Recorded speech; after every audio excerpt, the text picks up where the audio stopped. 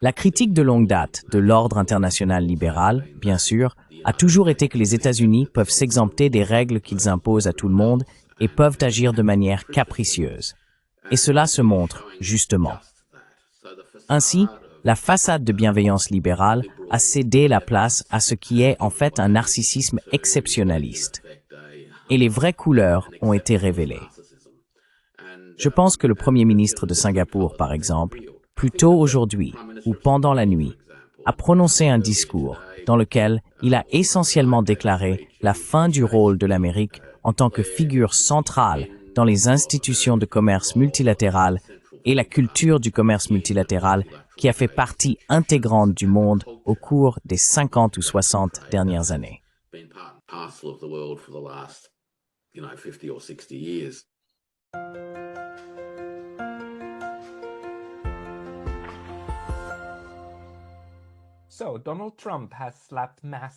Alors, Donald Trump a imposé des tarifs douaniers massifs à presque tous les pays ayant des relations commerciales avec les États-Unis, et le marché boursier a plongé dans un abîme au cours des 2 derniers jours.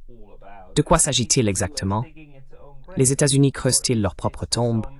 Ou est-ce un étrange plan maître trumpien pour créer un nouvel ordre mondial? Pour en discuter, je parle aujourd'hui à nouveau avec mon collègue et ami, le Dr Warwick Powell, qui est professeur adjoint à l'Université de technologie du Queensland et chercheur principal à l'Institut Taihei. Warwick, bienvenue à nouveau.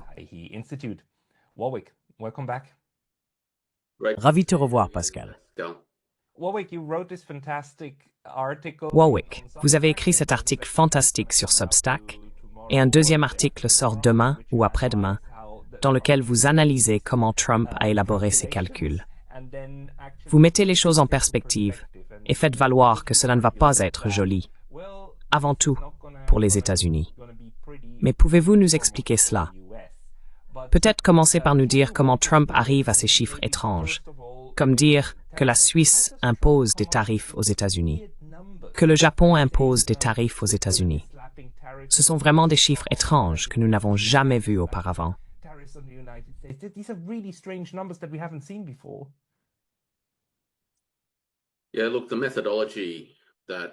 Oui, écoutez, la méthodologie qui sous-tendait les chiffres des tarifs annoncés il y a quelques jours a finalement été déconstruite et rétro-conçue par de nombreuses personnes sur les réseaux sociaux en très peu de temps. Ce qu'ils ont découvert, c'est que, contrairement à la promesse que ces tarifs allaient être réciproques, c'est-à-dire qu'ils seraient calculés en fonction de ce que l'on estime être les barrières tarifaires et probablement non tarifaires de chaque nation, nous avions en fait quelque chose de très différent.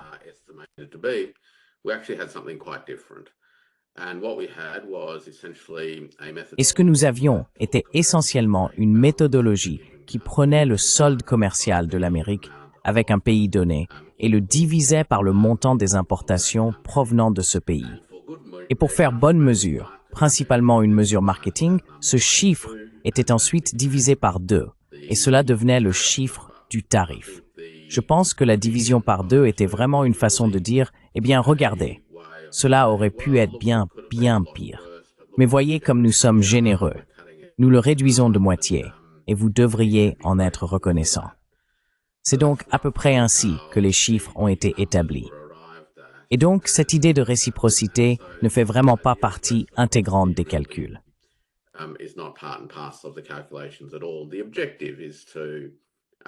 L'objectif est de s'attaquer radicalement à ce que Trump considère comme un problème important, à savoir le déficit commercial des marchandises que les États-Unis ont avec un grand nombre de pays.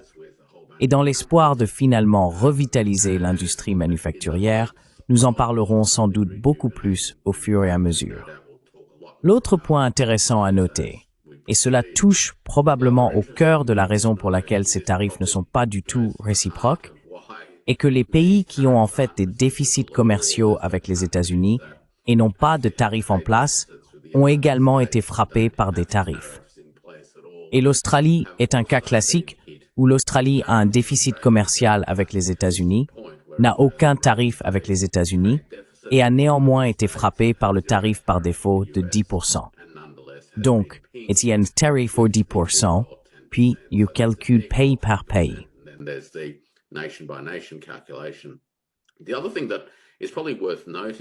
L'autre chose qui mérite probablement d'être notée dans tout cela, Pascal, c'est qu'il existe une sorte de biais intégré dans cette méthodologie particulière qui peut englober toutes sortes de nations ayant un excédent commercial avec les États-Unis pour des raisons en réalité assez basiques et fondamentales ou naturelles qui n'ont rien à voir avec les barrières commerciales, qu'elles existent ou non. Et je parle en particulier des pays à faible revenu qui ont souvent des excédents commerciaux avec les États-Unis parce qu'ils vendent beaucoup de matières premières, par exemple, ou ils vendent beaucoup de produits manufacturés à faible coût de main-d'œuvre aux États-Unis, souvent à partir d'usines appartenant à des multinationales américaines. Et ils n'achètent pas beaucoup aux États-Unis pour une raison assez simple.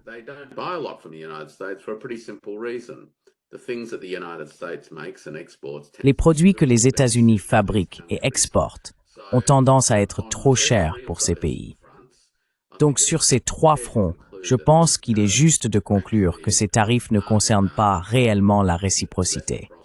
Et il y a certainement une préoccupation plus large, si vous voulez, concernant la balance commerciale de l'Amérique. La dernière chose que je dirais au départ, juste pour donner une idée, c'est que la question de la balance commerciale, qui est au cœur de tout cela, concerne le commerce de marchandises. Elle ne concerne pas le commerce des services, que ce soit dans les services logiciels, les vidéos en streaming, les jeux informatiques, les licences de logiciels, ou bien sûr, le tourisme et l'éducation. Et sur ces deux fronts, les États-Unis enregistrent en fait un excédent substantiel. Donc c'est une vision très restreinte du monde. Mais néanmoins, c'est ce que c'est.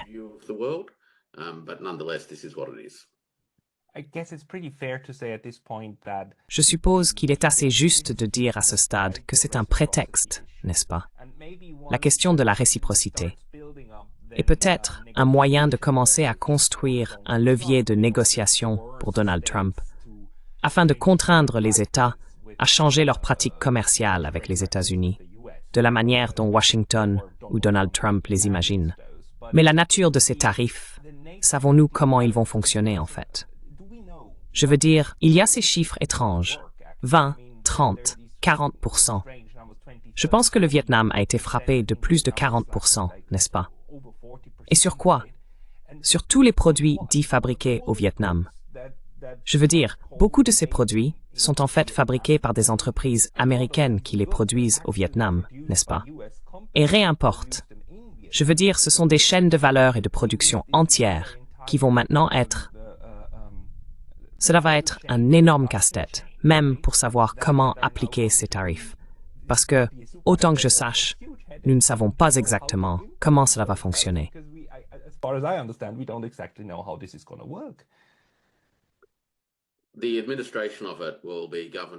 L'administration de cela sera régie par la valeur des marchandises à leur arrivée, et le tarif sera calculé sur cette base.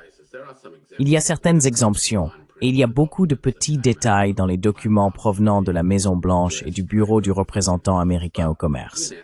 Mais en essence, le tarif est prélevé sur le coût à l'arrivée. Et comme vous le dites, il y aura des complexités significatives quant à la manière dont ces tarifs affectent les entreprises individuelles. Car beaucoup des entreprises qui seront touchées par ces tarifs sont en réalité des multinationales américaines qui ont des usines situées dans différentes parties du monde, envoyant des produits aux États-Unis et finalement réalisant des bénéfices sur le prix de vente aux États-Unis qui sont rapatriés aux actionnaires, dont la plupart sont des actionnaires américains.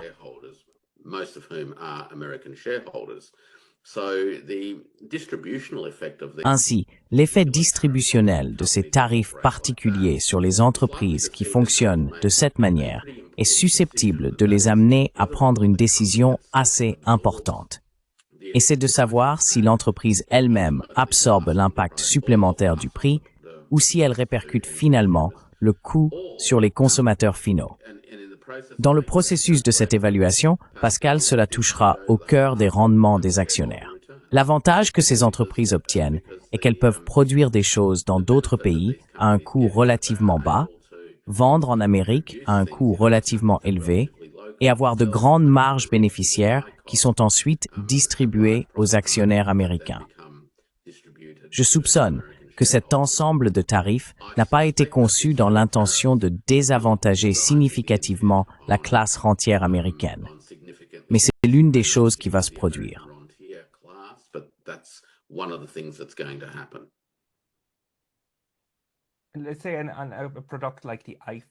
Disons qu'un produit comme l'iPhone, qui est en grande partie fabriqué en Chine, conçu en Californie, et pourtant Apple ouvre maintenant différentes usines de production dans le monde, y compris en Inde. Mais l'Inde a également été touchée par ces tarifs. Est-ce le fouet que Donald Trump essaie d'utiliser pour contraindre la fabrication à revenir aux États-Unis, quoi qu'il arrive? Et si cela casse quelques coups? Cela casse quelques coups.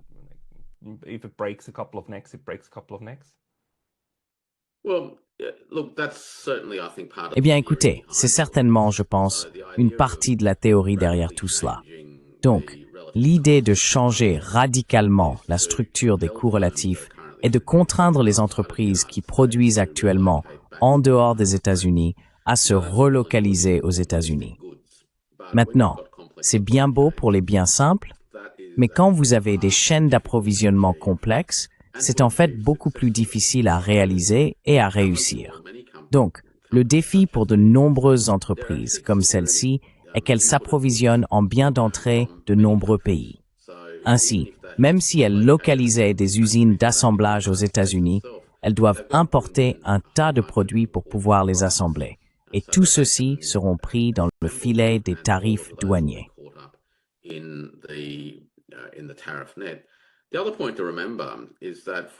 L'autre point à retenir est que pour que des usines soient créées aux États-Unis, en particulier celles qui reflètent la nature de la fabrication moderne, nous parlons d'une fabrication qui n'est pas du tout comme la vision imaginaire qui, je pense, alimente beaucoup le discours. À savoir, cette notion d'une usine avec un tas de travailleurs interagissant avec des machines et des matériaux avec les mains sales et ce genre de choses. Ce n'est en fait pas la fabrication moderne. La fabrication moderne nécessite des investissements en capital fixe importants et une grande partie de cette machinerie doit en réalité venir de Chine. Si elle ne vient pas de Chine, elle viendra généralement d'Allemagne, du Japon ou de la République de Corée.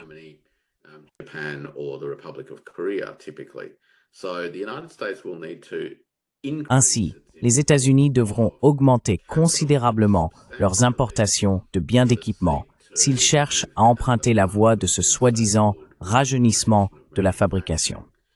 L'autre chose que les États-Unis devront faire pour y parvenir est de modifier radicalement les chaînes d'approvisionnement pour les biens intermédiaires, les biens d'entrée dont ces processus de fabrication ont besoin.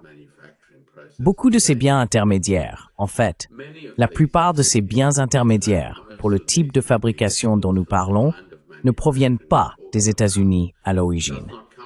C'est donc un autre ensemble de choses qui devront être importées ou développées à travers des chaînes d'approvisionnement locales, ce qui prendra beaucoup de temps et sera assez coûteux.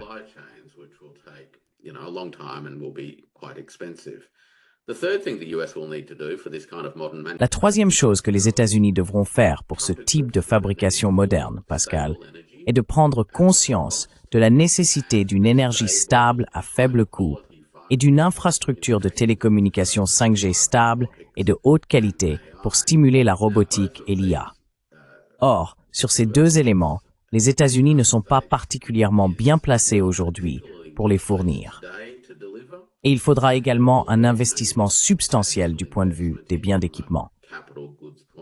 Enfin, et certainement pas des moindres, il y aura une demande pour un nouveau type de main-d'œuvre, c'est-à-dire une main-d'œuvre relativement élevée en termes de niveau d'éducation et ayant des normes élevées en matière de littératie et de numératie, qui ont toutes deux diminué au cours des 40 dernières années.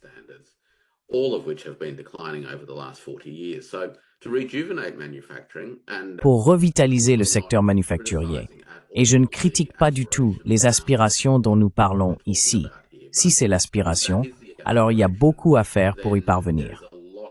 Dans le processus, il est très probable que la revitalisation se fasse de manière à laisser la structure industrielle américaine à un niveau de coût beaucoup plus élevé. Ainsi, les coûts d'ajustement, les coûts de transformation et le résultat final rendront l'Amérique bien plus coûteuse qu'elle ne l'est aujourd'hui.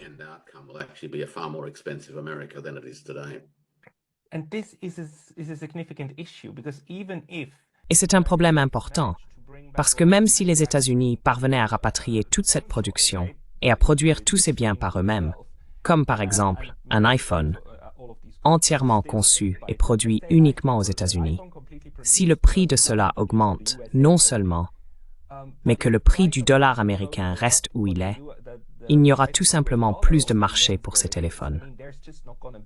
Donc, il y a un argument selon lequel une partie de la stratégie actuelle pourrait être de créer un levier afin de contraindre d'autres États à s'ajuster en commençant réellement à cibler le taux de change et à affaiblir le dollar américain. Pensez-vous que cela pourrait être un objectif? Créer un levier comme quelque chose avec lequel négocier que Donald Trump aurait vraiment sorti de son chapeau.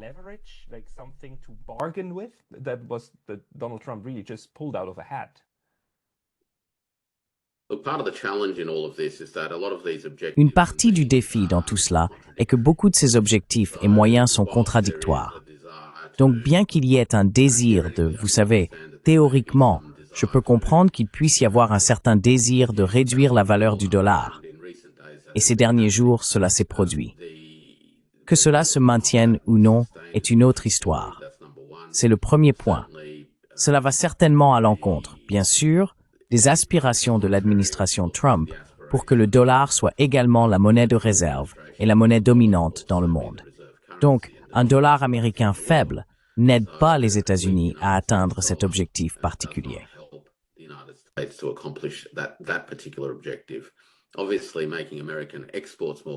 Évidemment, rendre les exportations américaines plus compétitives en réduisant le dollar dans les exportations est un objectif. Mais en ayant imposé des tarifs à un grand nombre de pays dans le monde, beaucoup d'entre eux commenceront en fait à riposter. Les pays qui peuvent se permettre d'acheter des produits américains ne seront pas nécessairement très enclins à acheter des produits fabriqués aux États-Unis. Et les petits pays où les États-Unis pourraient continuer à avoir une certaine influence n'auront tout simplement pas les ressources pour se permettre des biens fabriqués aux États-Unis. C'est mon point de vue précédent, à savoir que beaucoup de ces pays ne sont pas de grands importateurs de produits fabriqués aux États-Unis. Non pas parce qu'il y a des barrières commerciales, mais parce qu'ils sont relativement pauvres.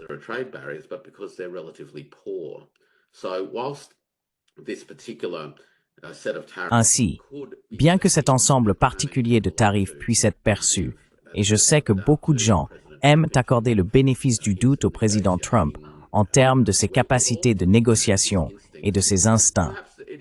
Et peut-être s'agit-il de poser quelque chose qui peut ouvrir une négociation. Nous ne connaîtrons la réponse à cela qu'au fil du temps. Mais en attendant, nous commençons à voir comment les acteurs importants dans le monde, je ne parle pas des petites nations qui ont beaucoup moins de levier, mais des acteurs importants, commencent soit à préparer leur propre version de réciprocité en réponse, soit ont déjà annoncé leur version de réciprocité en réponse. Et je parle spécifiquement de la Chine.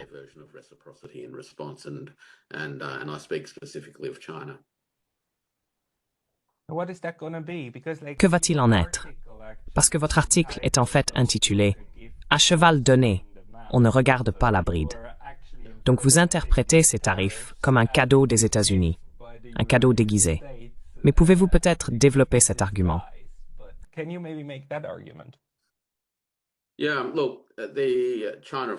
Oui, écoutez, la Chine, bien sûr, a annoncé sa réponse. C'est un tarif de 34% sur tous les biens en provenance des États-Unis, ce qui est bien sûr un chiffre réciproque par rapport à ce que les États-Unis ont imposé ou annoncé qu'ils imposeraient à la Chine dans ce tour particulier de tarifs. L'autre chose à propos de cela, et j'y reviendrai dans un instant, Mais l'autre chose est qu'au cours de la semaine dernière, la Chine a en fait annoncé une série de mesures qui, je pense, doivent être considérées comme faisant partie d'un ensemble de choses. Le gouvernement chinois a annoncé une interdiction pour les entreprises chinoises d'investir dans les entreprises américaines. Les régulateurs commerciaux chinois ont annoncé une enquête pour des raisons antitrust sur la vente proposée des ports du canal de Panama.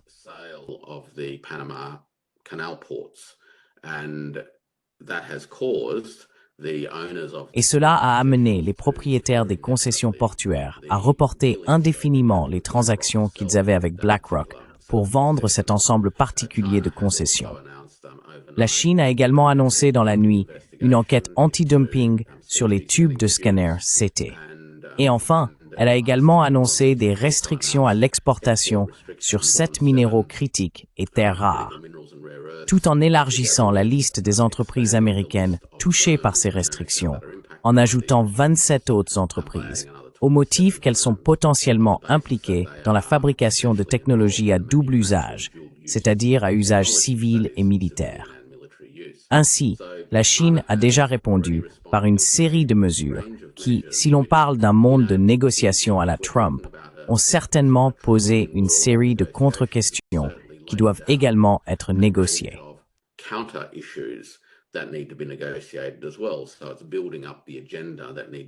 Il s'agit donc de construire l'agenda qui doit être abordé.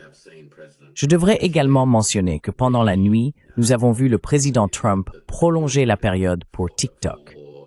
L'interdiction de TikTok devait entrer en vigueur le 19 janvier, de mémoire, et il l'a prolongée sur la base que cela faciliterait les négociations pour une sorte de transaction de vente.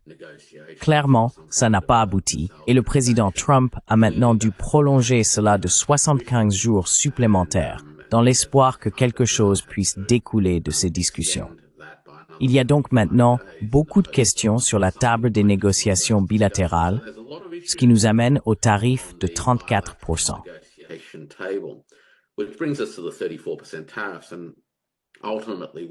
Et finalement, pourquoi je soutiens que c'est un cheval donné et qu'il ne faut pas regarder dans la bouche?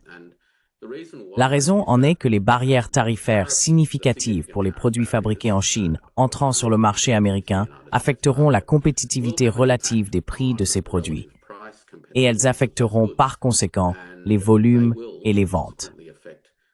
Donc, je pense qu'il est raisonnable de dire que nous pouvons nous attendre à ce que les produits fabriqués en Chine voient leur volume de vente diminuer sur le marché américain. De même, les Américains, ayant imposé des tarifs à tout le monde, obtiendront également le même effet sur un tas d'autres pays fournisseurs et leurs entreprises. Maintenant, il n'y a pas grand-chose que l'Amérique fabrique et que la Chine importe que la Chine ne puisse obtenir ailleurs.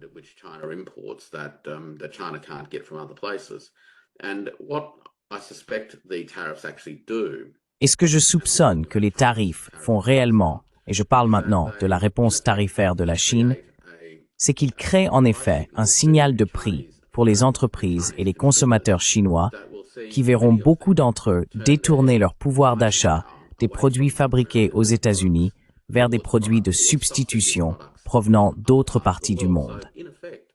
Ainsi, en effet, le marché chinois passera d'une destination pour les exportations américaines à une destination pour les exportations européennes, sud-américaines, canadiennes et africaines, etc., pour combler le vide. Donc la Chine fonctionnera en effet comme un coussin pour de nombreux pays qui ont été affectés négativement par cette série de tarifs de Trump.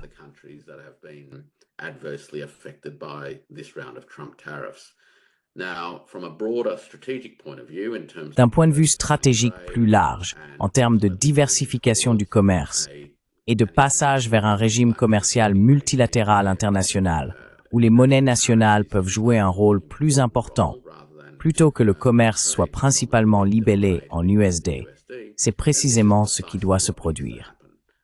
L'opportunité s'est présentée d'accélérer ce mouvement vers la multipolarité monétaire et de diversifier le réseau commercial mondial. Et en effet, Pascal, de décentrer les États-Unis. C'est une tendance historique qui se poursuit depuis un certain temps déjà. Le marché américain représente maintenant un peu moins de 15% des importations mondiales totales. Ce n'est plus aussi important qu'autrefois. C'est l'une des raisons pour lesquelles les États-Unis, à ce moment précis, n'ont pas le même type de levier qu'ils auraient pu avoir il y a 20 à 25 ans.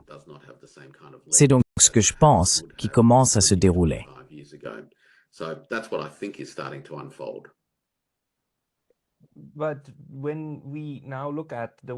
Mais quand nous regardons maintenant la façon dont les autres pays vont réagir, je veux dire, tout le monde est encore, dans une bonne mesure, choqué sur la manière d'aborder cela. Le fait que ce phare de la mondialisation et du libre-échange, vous savez, Reagan et Thatcher, et le consensus néolibéral sous lequel nous vivons depuis environ 40 ans, et maintenant, je veux dire, il a été en retrait pendant un certain temps. Mais c'est vraiment une gifle pour tous ceux qui pensaient « D'accord, c'est comme ça que nous gérons le commerce mondial ».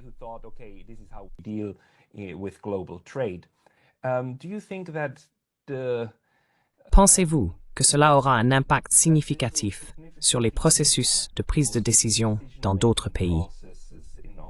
Parce qu'en fin de compte, les États-Unis ont de nombreux accords de libre-échange avec de nombreux pays, et maintenant, ils leur disent essentiellement « Nous faisons ce que nous voulons, nous nous en fichons ». Nous avons conclu un nouvel accord la dernière fois avec le Canada et le Mexique, et nous ne nous en soucions pas, n'est-ce pas?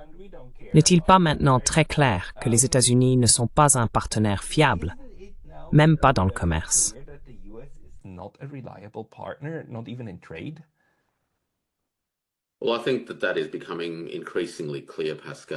Eh bien, je pense que cela devient de plus en plus clair, Pascal. La critique de longue date de l'ordre international libéral a toujours été que les États-Unis peuvent s'exempter des règles qu'ils imposent aux autres et agir de manière capricieuse. Cela montre exactement cela. Donc la façade de bienveillance libérale a cédé la place à ce qui est, en fait, un narcissisme exceptionnaliste, et les véritables couleurs ont été révélées. Je pense que le Premier ministre de Singapour, par exemple, plus tôt aujourd'hui, ou dans la nuit, a prononcé un discours dans lequel il a essentiellement déclaré la fin du rôle de l'Amérique en tant que figure centrale dans les institutions de commerce multilatéral et la culture du commerce multilatéral qui a fait partie intégrante du monde au cours des 50 ou 60 dernières années.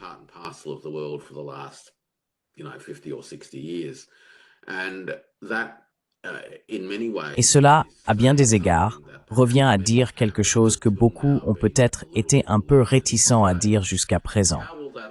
Comment cela affectera-t-il les pays en termes de leurs propres calculs? Nous commençons à voir, bien sûr, une gamme de réponses. Les petits pays et ceux qui ont des expositions particulièrement importantes au marché américain réagissent de manière tout à fait compréhensible et prévisible, c'est-à-dire qu'ils cherchent à avoir des négociations bilatérales avec les États-Unis.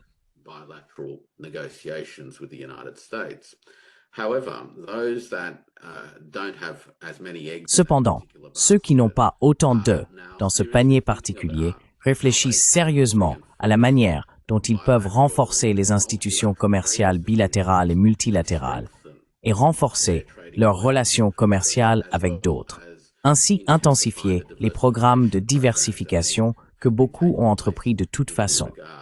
Ainsi, nous voyons, par exemple, que la Chine, le Japon et la République de Corée se sont rencontrés plus tôt cette semaine, ou il y a quelques jours, un peu avant l'annonce des tarifs Trump, en prévision des tarifs, et ont clairement indiqué qu'ils travailleront dur pour améliorer les relations commerciales entre ces trois pays.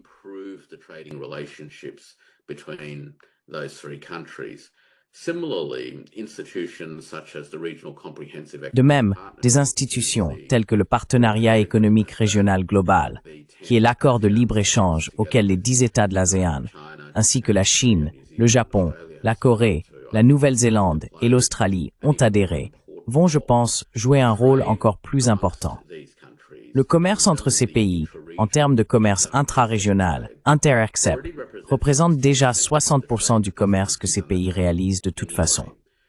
Et je m'attendrai à ce que les futures configurations de chaînes d'approvisionnement dans le monde voient une intensification de de ces types de réseaux intra-régionaux, en partie parce qu'il y a l'infrastructure pour les soutenir, et en partie parce qu'ils peuvent être institutionnalisés dans un contexte d'accords commerciaux régionaux, couplé à une discussion continue sur la manière dont cela s'intègre finalement dans une refonte des architectures de sécurité régionale.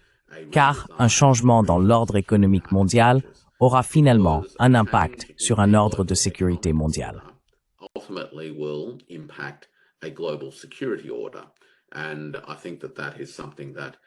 Et je pense que c'est quelque chose que nous pouvons nous attendre à commencer à voir à l'avenir. Les autres accords commerciaux intéressants, qui, je pense, prendront leur essor, et vous savez qu'ils subiront une certaine pression, mais ils présenteront également des opportunités, seront des choses comme le CPTPP, qui est l'héritage du TPP original. L'administration Obama l'a lancé, mais la première administration Trump s'en est retirée, et Biden n'y est jamais revenu. Il couvre de nombreux pays en Amérique du Nord, en particulier le Canada, évidemment, des pays de notre côté du Pacifique, le Pacifique occidental, ainsi que certains pays d'Amérique du Sud.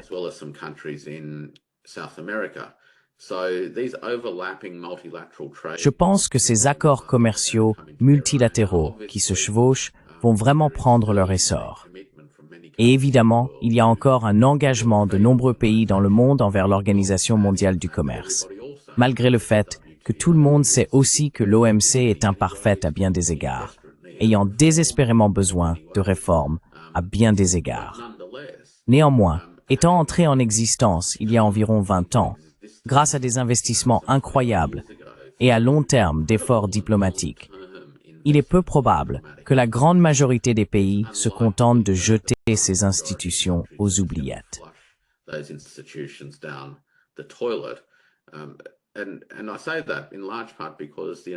Et je dis cela en grande partie parce que les États-Unis ne sont plus le partenaire commercial dominant dans le monde. La Chine est le partenaire commercial dominant pour plus de 150 pays dans le monde, ce qui signifie que tant que la Chine reste engagée envers les institutions commerciales multilatérales, elle a suffisamment de poids pour donner de la stabilité à ces institutions, peu importe à quel point elles sont menacées par les États-Unis, sabotant en fait l'ordre commercial multilatéral auquel les États-Unis ont donné naissance.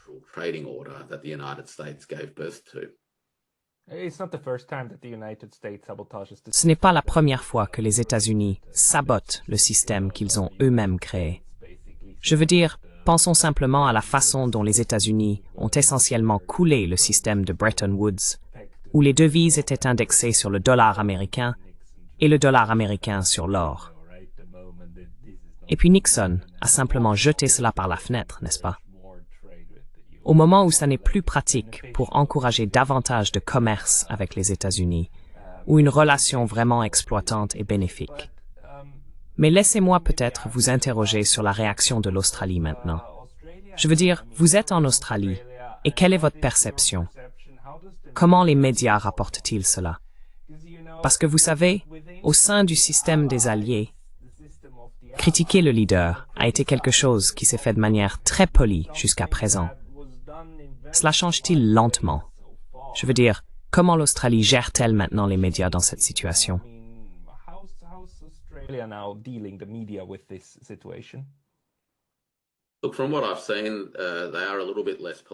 Écoutez, d'après ce que j'ai vu, ils sont un peu moins polis qu'ils ne l'étaient peut-être même il y a une semaine, et cela a surpris beaucoup de gens dans l'establishment.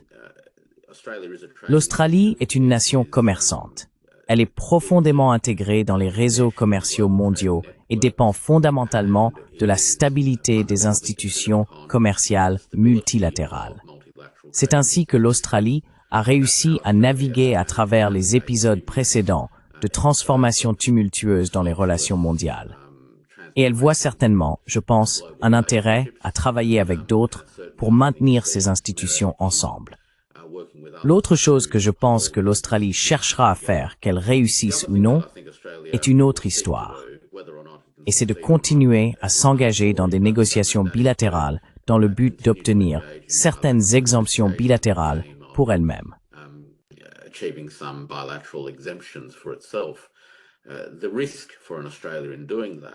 Le risque pour l'Australie, en faisant cela, bien sûr, est qu'elle devra renoncer à beaucoup de choses qui pourraient être tangentielles à l'accord lui-même. Il se peut donc que ce ne soient pas des choses liées au commerce qu'elle devra concéder pour obtenir un résultat lié aux tarifs commerciaux.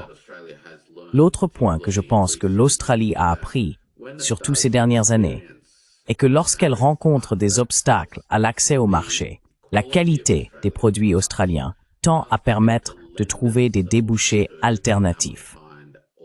Pas toujours en trouvant des débouchés alternatifs qui apportent le même prix que les produits auraient pu recevoir sur leur marché préféré d'origine.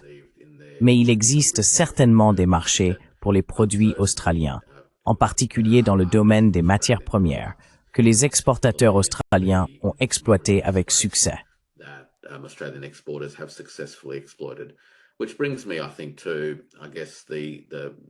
Ce qui m'amène, je pense, à la question plus stratégique, qui est dans le cas où ces tarifs restent en place, et dans le cas où la Chine maintient ses tarifs sur les produits américains, ce qui inclura des choses que l'Australie exporte.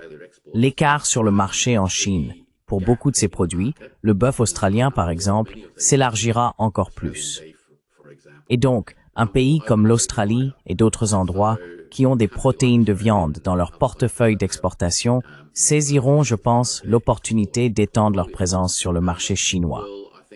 Ce sont donc le genre de changements qui, je pense, sont très susceptibles de se produire à mesure que ces schémas commerciaux se reconfigurent. Principalement parce que la Chine réduira ce qu'elle achète aux États-Unis et remplacera ces produits par des biens produits dans d'autres parties du monde.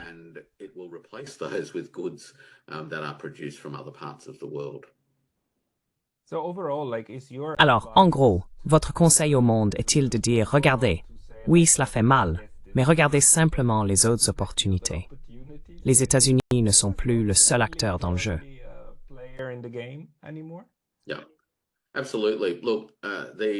Oui, absolument. Écoutez, chaque pays aura ses propres circonstances spécifiques en termes de mesures dans lesquelles leurs exportations représentent une grande partie de leurs économies. C'est la première chose.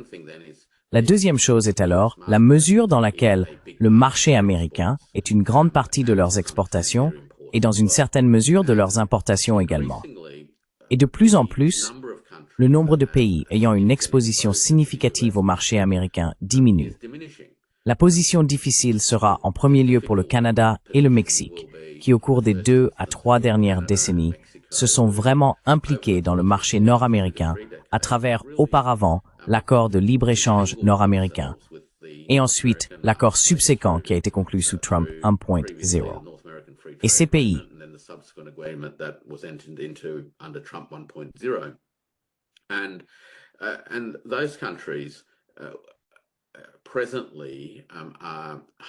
actuellement, ils sont très exposés en ce qui concerne l'importance du marché américain pour eux, d'un point de vue commercial en général.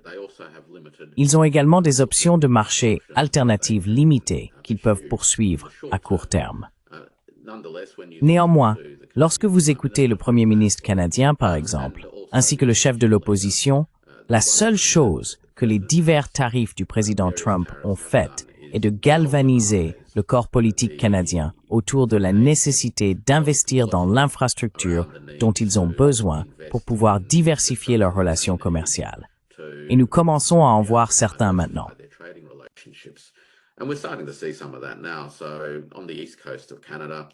Ainsi, sur la côte est du Canada, une installation d'exportation de GNL importante est en cours de construction et en fait des partenaires chinois dans le cadre d'une co-entreprise. Et cela sera opérationnel dans 2 à 3 mois, permettant au GNL canadien d'être exporté vers le marché pacifique. Cela va donc être un signal important qui permettra au Canada de commencer le processus de diversification.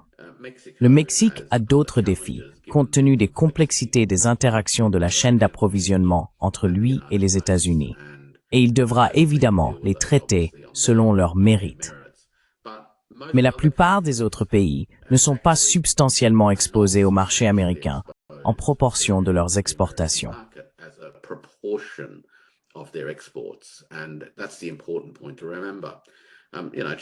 Et c'est le point important à retenir.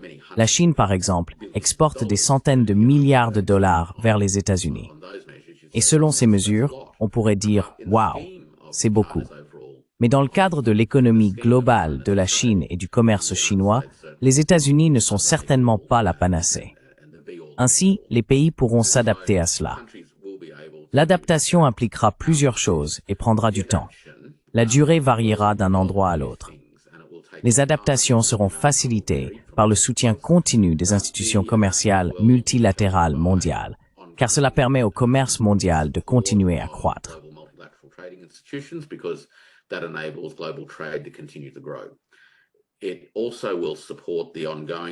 Cela soutiendra également la croissance continue du commerce sud-sud, qui s'est développé à un rythme beaucoup plus rapide que la croissance du commerce dans le nord global. C'est donc une partie de l'histoire, bien sûr, des 20 dernières années environ, qui explique dans une large mesure la réduction relative de l'importance du marché américain dans le commerce mondial. La première chose est donc de s'assurer que les institutions sont en place pour soutenir la croissance organique. La deuxième chose qui émergera, je pense, sera des réponses de politique fiscale intérieure pour stimuler la demande locale là où c'est approprié.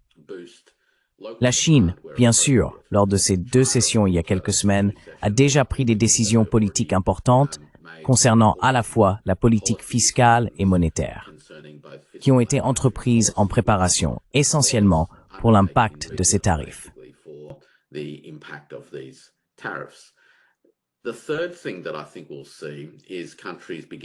La troisième chose que je pense que nous verrons est que les pays commenceront à coordonner leurs réponses de politique budgétaire pour s'assurer que leurs économies respectives ont suffisamment d'élan de demande pour soutenir cette réaffectation des flux commerciaux. Ensuite, nous commencerons à voir les pays travailler plus dur pour rationaliser leurs relations commerciales bilatérales et également rationaliser et améliorer les institutions commerciales multilatérales que j'ai décrites plus tôt. Tout cela nécessitera un travail continu pour les faire mieux fonctionner, réduire les coûts de transaction, minimiser la quantité de paperasserie, de friction et de coûts et charges de conformité qui peuvent entraver la libre circulation des biens entre ces pays. Et bien sûr, nous continuons à voir le développement d'infrastructures de transport critiques.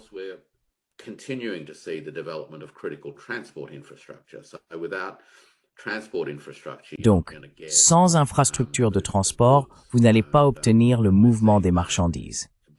Et nous voyons cela à la fois en termes d'infrastructures de transport terrestre à travers le continent eurasiatique, mais aussi en reliant la Chine à l'Asie du Sud-Est et à travers la Chine en reliant l'Asie du Sud-Est au grand continent eurasien jusqu'en Europe, en fait, par rail.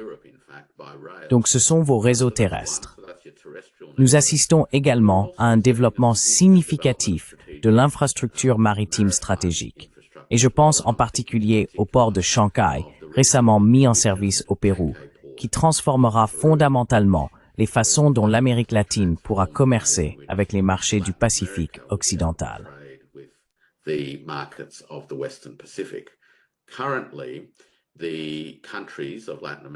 Actuellement, les pays d'Amérique latine ont historiquement dû expédier via le Mexique ou les États-Unis avant d'envoyer leurs produits vers l'Asie de l'Ouest ou le Pacifique occidental.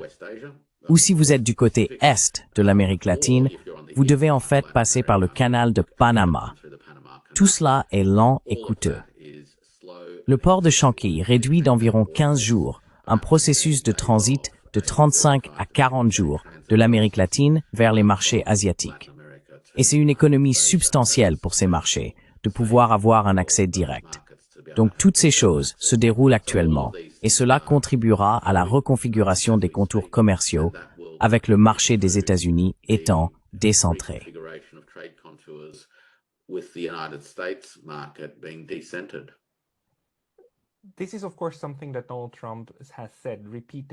C'est bien sûr quelque chose que Donald Trump a dit à plusieurs reprises qu'il allait arrêter. Je veux dire, il a été très hostile envers les BRICS. Il a été très hostile et a parlé ouvertement de ne pas permettre l'émergence d'une autre monnaie de réserve ou d'un panier de réserve. Ce discours doit cesser et il fera tout ce qu'il peut pour s'assurer que le dollar américain reste la monnaie de réserve et que les États-Unis retrouvent leur position au sommet de la chaîne alimentaire. C'est ainsi qu'il l'a présenté. Mais ce mouvement, et je suis d'accord avec vous, fait vraiment le contraire. Pensez-vous qu'il y aura d'autres idées farfelues qui vont surgir pour que l'administration Trump essaye de contraindre le reste du monde à avoir une relation commerciale qu'il souhaite qu'ils aient avec les États-Unis?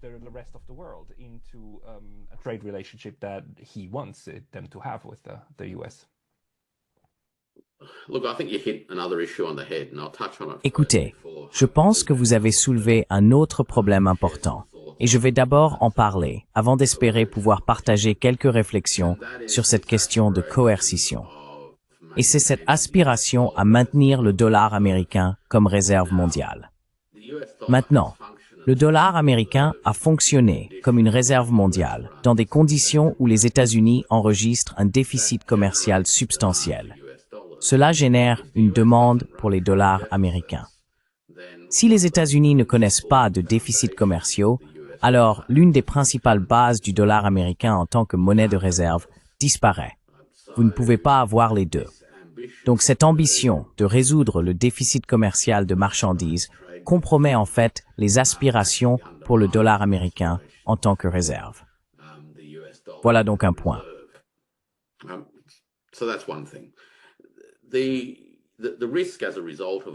Le risque résultant de tout cela, ce dont nous avons parlé, et c'est, je suppose, ma vision plus large, qui est, nonobstant les mérites ou autres de l'ambition politique de la fabrication et autres, est que les mesures qui ont été annoncées aujourd'hui sont peu susceptibles de réussir, en partie parce que les causes du problème n'ont pas été correctement diagnostiquées, et donc les réponses sont les mauvaises réponses.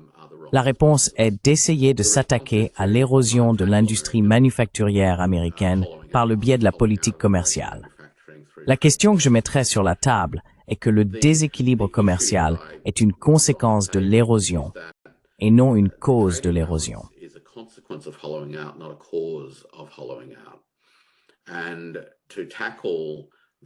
Et pour aborder les problèmes de désindustrialisation, il faut toucher à tous ces aspects que j'ai évoqués plus tôt concernant la main-d'œuvre, les niveaux d'éducation, les infrastructures de télécommunications et d'énergie, les chaînes d'approvisionnement pour les biens intermédiaires, ainsi que l'importation d'équipements de capital substantiels. Mais il faut aussi s'attaquer à un autre facteur structurel macroéconomique, à savoir que la principale raison pour laquelle l'industrie manufacturière américaine s'est désindustrialisée au cours des 50 dernières années est que l'économie américaine s'est financiarisée. La financiarisation de l'économie américaine signifiait que les marchés des produits financiers, c'est-à-dire les actions, les obligations, les dérivés, le forex et l'immobilier, devenaient plus attractifs pour le capital monétaire.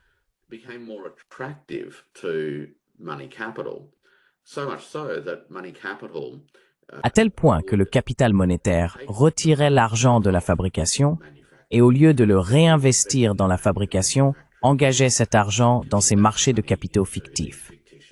Et quand cela s'est produit, bien sûr, les propriétaires des entreprises manufacturières ont également commencé à chercher de meilleurs rendements de ces entreprises. La première chose qu'ils ont faite a été d'investir dans la substitution de la main-d'œuvre par la mise en œuvre des premières générations de mécanisation. Ainsi, les machines ont été les premières à réellement supprimer les emplois de la classe ouvrière traditionnelle américaine. Lorsqu'ils ont atteint ces activités, où il n'y avait pas de machines pouvant réduire le coût de production, alors les propriétaires de ce capital ont relocalisé cette activité vers des endroits où les coûts de main-d'œuvre étaient bas.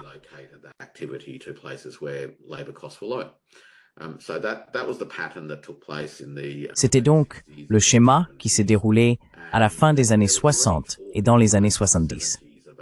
Et il y avait déjà des discussions dans les années 1970 sur les problèmes de désindustrialisation de la fabrication américaine.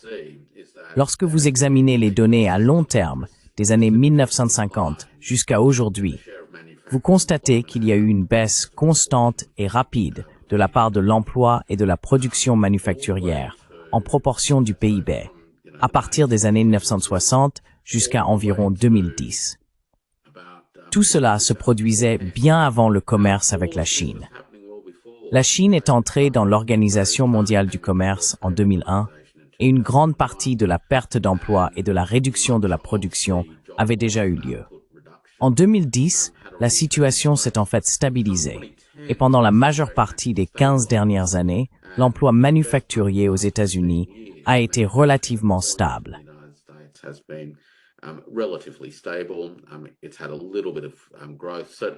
Il y a eu un peu de croissance, certes pas aussi rapide que le marché du travail dans son ensemble, mais sa production a été assez stable. Donc la fabrication n'a pas complètement disparu en Amérique. La fabrication américaine représente encore environ 12% de la fabrication mondiale.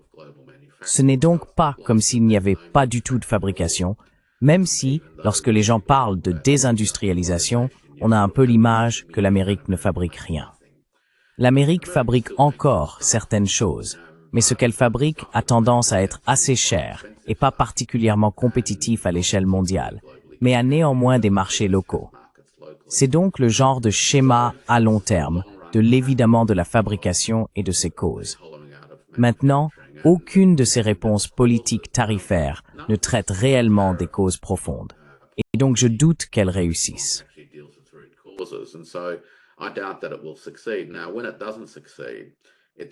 Maintenant, quand cela ne réussit pas, cela crée les conditions politiques où quelque chose d'autre devra être fait.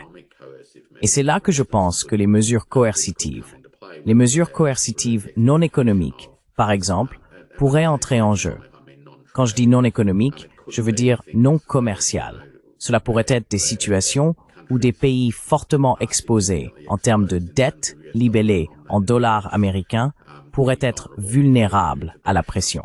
Nous avons vu les États-Unis faire pression sur le président argentin pour qu'il accepte que le FMI fournisse un tour supplémentaire de financement en dollars américains à l'Argentine, en disant essentiellement, regardez, si nous allons faire cela, nous voulons que vous annuliez votre accord de swap de devises que vous avez actuellement en place avec la Banque populaire de Chine.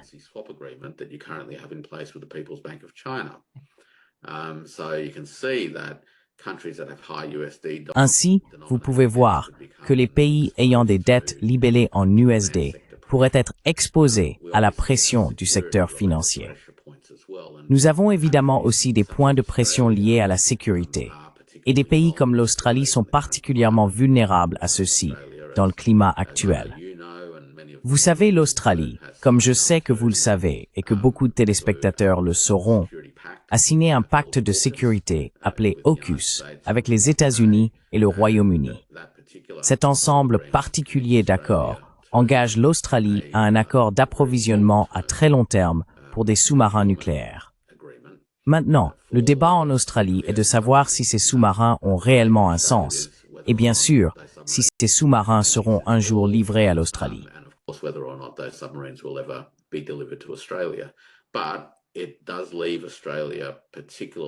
Mais cela rend l'Australie particulièrement vulnérable à la pression des États-Unis sur le plan de la sécurité. Idem pour les pays d'Asie du Nord, la République de Corée et le Japon, où il y a d'importantes bases américaines qui peuvent également subir une pression considérable non économique. Et nous avons vu la situation aux Philippines récemment aussi. Nous n'avons pas besoin de parler des problèmes en Europe, où les États-Unis ont exercé une pression incroyable au cours des 20 ou 30 dernières années pour obtenir en grande partie ce qu'ils voulaient. Ainsi, alors que les politiques tarifaires ne fonctionnent pas ou ne tiennent pas leurs promesses, il y a une réelle possibilité que l'administration américaine, par désespoir, cherche à poursuivre ses ambitions par d'autres moyens.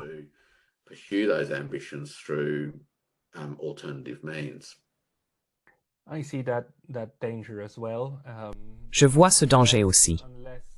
À moins que toute cette affaire de tarifs n'ait en réalité un agenda complètement différent que nous ne voyons pas encore, il est difficile d'imaginer ce qui pourrait en sortir d'autre. Vous nous avez donné beaucoup d'informations très précieuses, Warwick, et je vous en remercie beaucoup. Y a-t-il quelque chose que vous aimeriez ajouter ou un endroit où les gens devraient aller pour lire plus de vous dans les semaines à venir?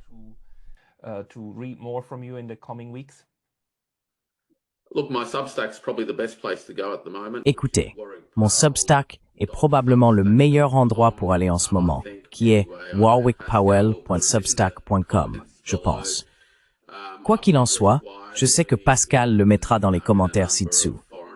Je publie largement sur un certain nombre de sites web de relations internationales, mais je fournis normalement des liens vers ceux-ci via mon Substack de toute façon. Et évidemment, grâce à la générosité de chaînes comme la vôtre, je peux également partager quelques réflexions avec les gens. Donc c'est probablement le meilleur endroit pour me suivre si les gens en ont envie.